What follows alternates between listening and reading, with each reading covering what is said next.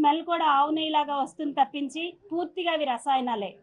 అంటే కోట్లాది మంది ప్రపంచవ్యాప్తంగా మరి కలియుగ దైవంగా భావించే వెంకన్న స్వామి లడ్డూ విషయంలో ఇంత ఘోర అపరాధాన్ని చేసినటువంటి వైఎస్ఆర్ కాంగ్రెస్ పార్టీ వాళ్ళని మరి ప్రజలైతే తప్పకుండా శిక్షిస్తారు.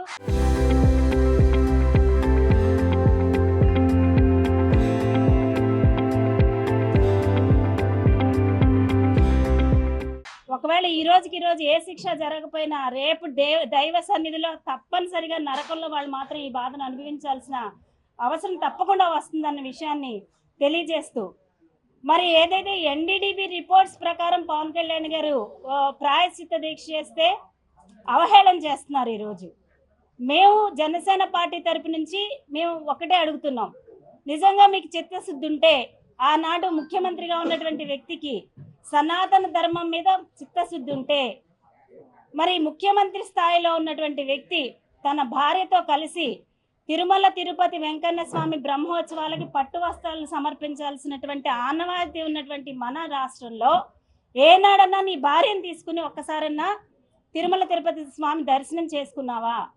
డిక్లరేషన్ మీద సైన్ చేస్తేనే అన్యమతస్కులు వెళ్ళాలనే సిద్ధాంతాన్ని తూట్లు పొడిచి అక్కడ కూడా ఆ నిబంధనలను పాటించకుండా గతంలో ఏవైతే మరి అంతర్వేదిలో ఉన్నటువంటి రథం కాలిపోతుంటే ఎవడో పిచ్చోడు వచ్చి కాల్చేశాడు అన్నారు.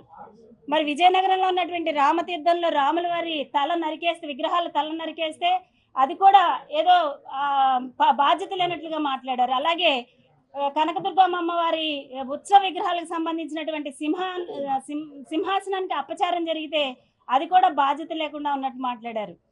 పవన్ కళ్యాణ్ గారు మొదటి నుంచి ఒకటే చెప్తున్నారు, మన మతాన్ని మనం గౌరవించుకుందాం, ఇతర మతాలను కూడా ఆదరిద్దాం అన్న ఆలోచన తప్పించి వేరే ఉద్దేశం లేదు. కానీ గత వైఎస్ఆర్ కాంగ్రెస్ పార్టీ అధికారంలో ఉన్న సమయంలో మరి కేవలం సనాతన సాంప్రదాయాన్ని తక్కువ చేసి చూడాలన్న ఆలోచనతోనే ఇన్ని సంఘటనలు జరుగుతున్నా ఒక ముఖ్యమంత్రి స్థానంలో ఉన్న వ్యక్తి చేయగలిగి దాని మీద ఎంక్వైరీ చేయగలిగి ఎవరు దాని మీద అలా చేశారు అనే దాన్ని పట్టుకోగలిగిన స్థాయిలో ఉన్న వ్యక్తి అయ్యుండి కూడా ఉదాసీనంగా వ్యవహరించడానికి కారణం హైందవ సాంప్రదాయం మీద ఉన్నటువంటి చిన్న చూపు తప్పించి ఇంకా వేరే ఏమీ లేదన్న విషయాన్ని తెలియజేస్తూ, అంతేకాకుండా మరి టీడీపీ పార్టీ వాళ్ళు ఫ్లెక్స్లు ఏర్పాటు చేసి రాష్ట్ర వ్యాప్తంగా శాంతి భద్రతల అల్లకల్లోలం సృష్టిస్తున్నారు అని వైఎస్ఆర్సీపీ వాళ్ళు అడుగుతున్నారు. మేము ఒకటే అడుగుతున్నాం, గతంలో చంద్రబాబు నాయుడు గారు ఫ్లెక్సీలు మోస్తున్నట్లుగా మీరు జనసేన పార్టీ అధ్యక్షులు పవన్ కళ్యాణ్ గారిని ఎంతో అవమానకరంగా ఫ్లెక్సీలు వేస్తే మరి ఆ రోజు మీకు శాంతి భద్రతల గురించి విఘాతం కలుగుతాయని అర్థం కాలేదా? మరి పవన్ కళ్యాణ్ గారు లాంటి వ్యక్తి గురించి మీరు అలాంటి పోస్టింగ్స్ పెడితే నిజంగా ఆయన సంయమనంతో మా అందరికీ ఇన్స్ట్రక్షన్స్ ఇవ్వకపోతే రాష్ట్రం ఏ రకంగా తయారై ఉండేదో ఒకసారి ఆలోచించుకోవాల్సినటువంటి పరిస్థితి. శాంతి భద్రతలు విఘాతం కలిగించింది మీరు, హైందవ సాంప్రదాయాన్ని తూట్లు పొడిచే విధంగా ప్రవర్తించింది మీరు, పవన్ కళ్యాణ్ గారిని అవహేళన చేస్తూ మాట్లాడింది మీరు.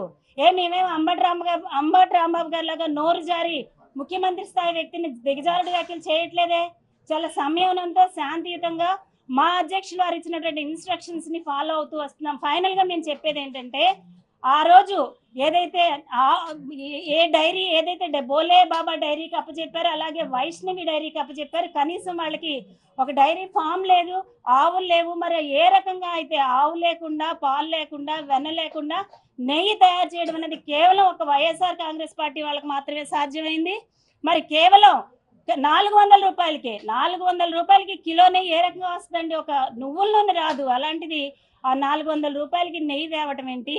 దాన్ని 25 రూపాయలు మిగిల్చుకోవడానికి చిన్న స్థాయి వ్యక్తులు కక్కుర్తి పెడితే పెద్ద స్థాయి వ్యక్తులు కోట్లలో కక్కుర్తి పడి దాదాపుగా స్వామివారి సంపద, స్వామివారి ధనం 230 కోట్లు దుర్వినియోగం చేసి వాళ్ళు అధికారంలో ఉన్న సమయంలో 1,60,00,000 కిలోల నెయ్యిని సరఫరా చేస్తే దాంట్లో 60 లక్షల కిలోల నెయ్యి కల్తీ అనేది తేలింది.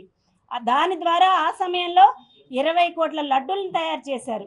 మరి ఇంత అపరాధాన్ని ఒడిగట్టిన మీకు ఖచ్చితంగా భగవంతుడు శిక్షిస్తాడని, దయచేసి పవన్ కళ్యాణ్ గారు చేసినటువంటి సనాతన సాంప్రదాయాన్ని కాపాడాలని ఆలోచన చేసినటువంటి పవన్ కళ్యాణ్ గారి గురించి నోరు అదుపులో పెట్టుకుని మాట్లాడవలసిందిగా కోరుతున్నాను. Local to global news at your finger tips.